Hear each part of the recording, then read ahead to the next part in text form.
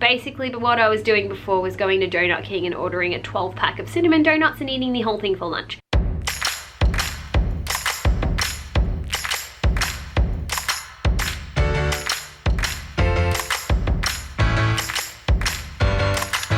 Hey guys, welcome or welcome back to my channel. This is my 28-week bump date. Sorry about the lighting. It looks okay now, but the sun is going down. I meant to record this much earlier, but I had an appointment at the hospital that ran a lot longer than I thought it was going to today, so the sun is going down and I only just got home. So let's quickly get through this video. This week, baby's the size of a winter squash. I feel like I'm carrying a winter squash in my tummy, let me tell you. She's between 38 and 42 centimeters in length. That seems really big. And she weighs between 1,150 grams and 1,700 grams.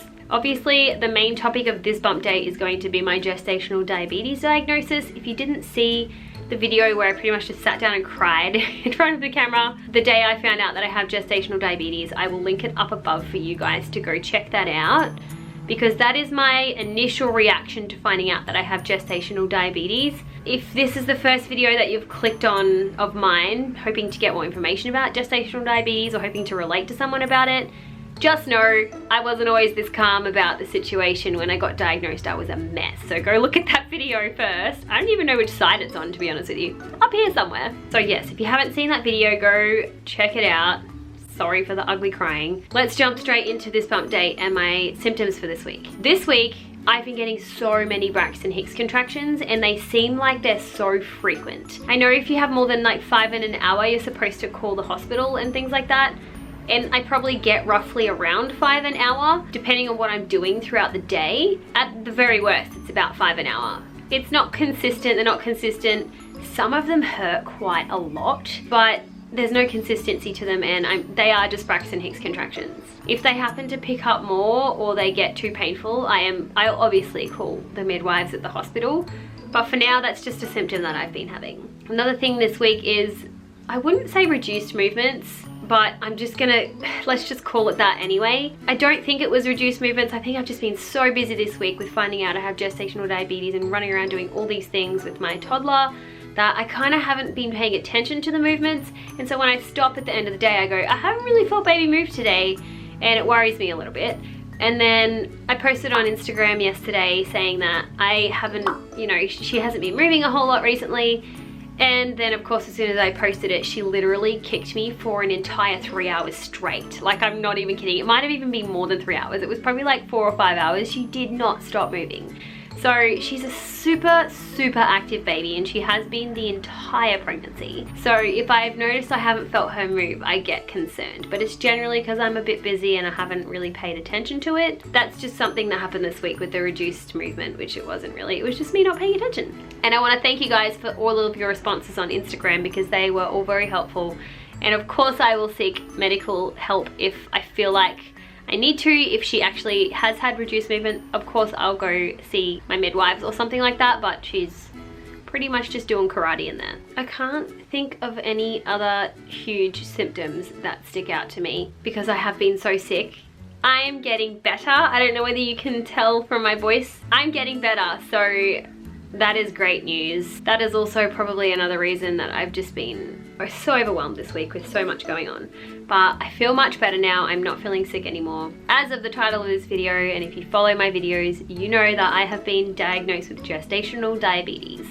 And I was an absolute wreck when I found out that I've been diagnosed with gestational diabetes. I actually managed to get the exact numbers, the exact blood readings that I got during my blood tests from the midwives, and here is what they were. My fasting blood was 3.8, which is in the normal range. My 60-minute blood draw was 9.7, which is within the normal range as well. And then my 120-minute, which is the 2-hour blood draw, was at 8.8, which is considered high, and they want it to be below 8.5.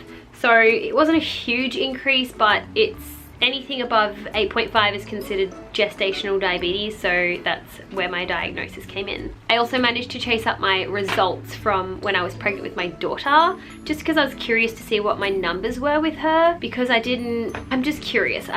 I wanted to know how different my numbers were with her. My numbers when I was pregnant with my daughter, my fasting blood draw was 3.8, exactly the same as my fasting blood draw with this baby. My 1 hour blood draw was 8.7, whereas this baby was 9.7, but still within the normal range.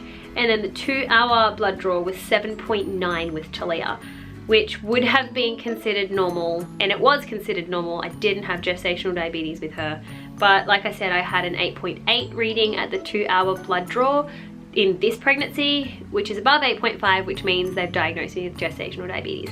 It's just really interesting to me. I really wanted to chase those results up so that I could compare the two, and I'm glad that I have that information. Either way, if you watched that previous video that I'm telling you about, or that I told you about, you know that I'm much better at this point. I'm not a blubbering mess right now. Don't get me wrong, I'm still not happy about it, but you know, I've come to terms with it and there's nothing I can do about it. So I'm just gonna try and control it with my diet, see how that goes.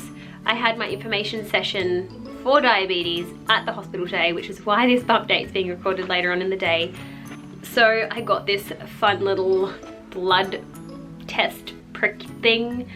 I don't even know what it's called, but it's the one that it tests your blood glucose levels, the needle and the finger, and ow. We did it for the first time as a group at the hospital just to show us how to do it. It's not pleasant. I mean, it doesn't hurt that much, but it doesn't feel nice. So I have to do that 4 times a day. I have to test first thing in the morning before I have anything to eat, and then I need to test 2 hours after breakfast, and then I need to test 2 hours after lunch, and then I need to test 2 hours after dinner. I'm pretty sure so that's 4.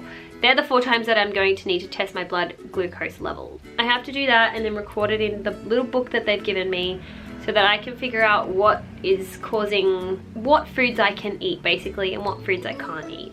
At the moment, I'm basically avoiding most carbs. I am still having carbs, and I still have my low carb low GI bread, and I'm still having, you know, yogurt and things like that.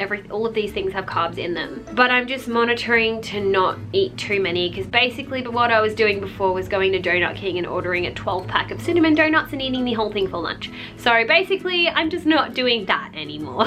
I was not eating well. And like a lot of you guys said in the messages that you sent me, what you eat actually has nothing to do with whether you develop gestational diabetes. And I understand that. I just think it's funny that I was eating so bad and literally would eat 12 cinnamon donuts to myself. Honestly, it's probably a blessing in disguise, because now I'm going to have to force myself to not do that and to just eat healthy for the rest of the pregnancy, which is what you should do anyway when you're pregnant. I just wasn't doing it. So there is that. I feel a lot better about my diagnosis. I'm still not happy about it.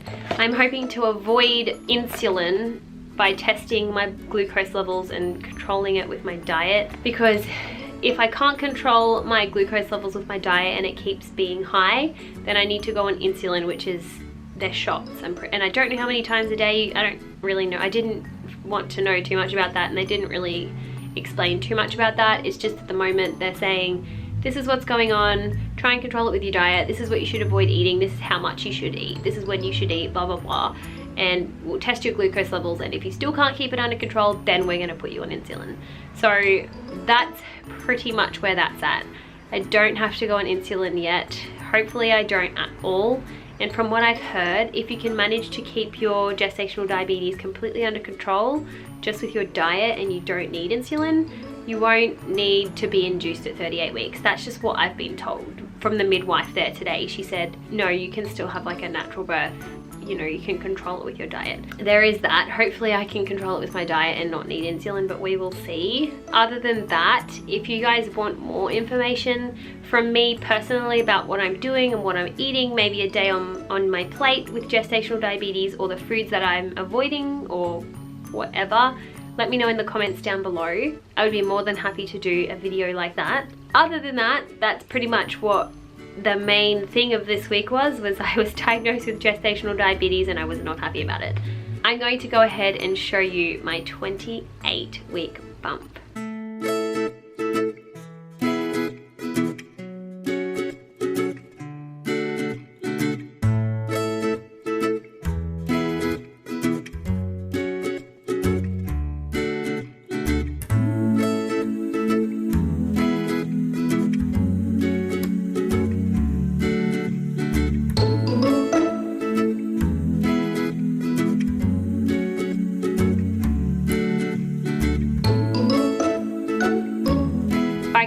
so much for watching. Don't forget to subscribe below if you want to follow our journey. Give the video a thumbs up if you liked it, and I will see you in the next one. Bye!